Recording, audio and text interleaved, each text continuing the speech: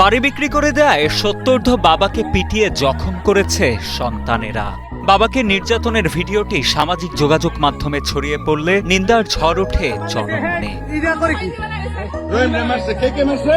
সম্প্রতি ন্যাক্কারজনক এই ঘটনাটি ঘটে নারায়ণগঞ্জের সোনারগাঁও উপজেলার পিরোজপুর আশারিয়াচর এলাকায়। প্রকাশিত ভিডিওতে দেখা যায় বাড়ির সামনের রাস্তায় প্রকাশ্যে বৃদ্ধ আব্দুর রহিমকে মারধর করছেন তারই ছেলে জহিরুল ইসলাম।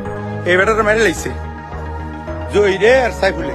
এই বেটার দক দক সাদা দক এই এক দক ধরে একটা অটো তুল।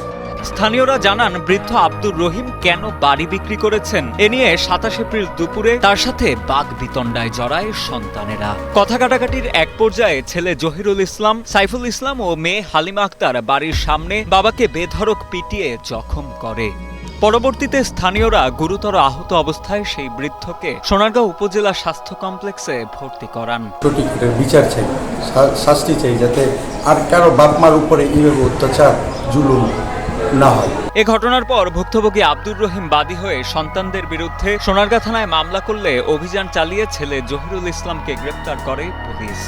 গ্রেপ্তার জহিরুলকে পরবর্তীতে আদালতের মাধ্যমে জেল হাজতে প্রেরণ করা হয় বলে জানান নারায়ণগঞ্জ সোনারগাঁ থানার ভারপ্রাপ্ত কর্মকর্তা মফিজুর রহমান। এটা আসলে ওই যে বৃদ্ধাস্ত ১ বছর প্রায় ২-৩ মাস আগে, ১ বছর ২ মাস আগে তার স্ত্রী মারা গেছে। মারা যাওয়ার পরে উনি বিয়ে করছে। বিয়ে তার ছেলে সন্তানরাই করাইছে, পারিবারিক ভাবে সে আবার বিয়ে করছে, তার ছেলে সন্তানরাই তাকে বিয়ে করে।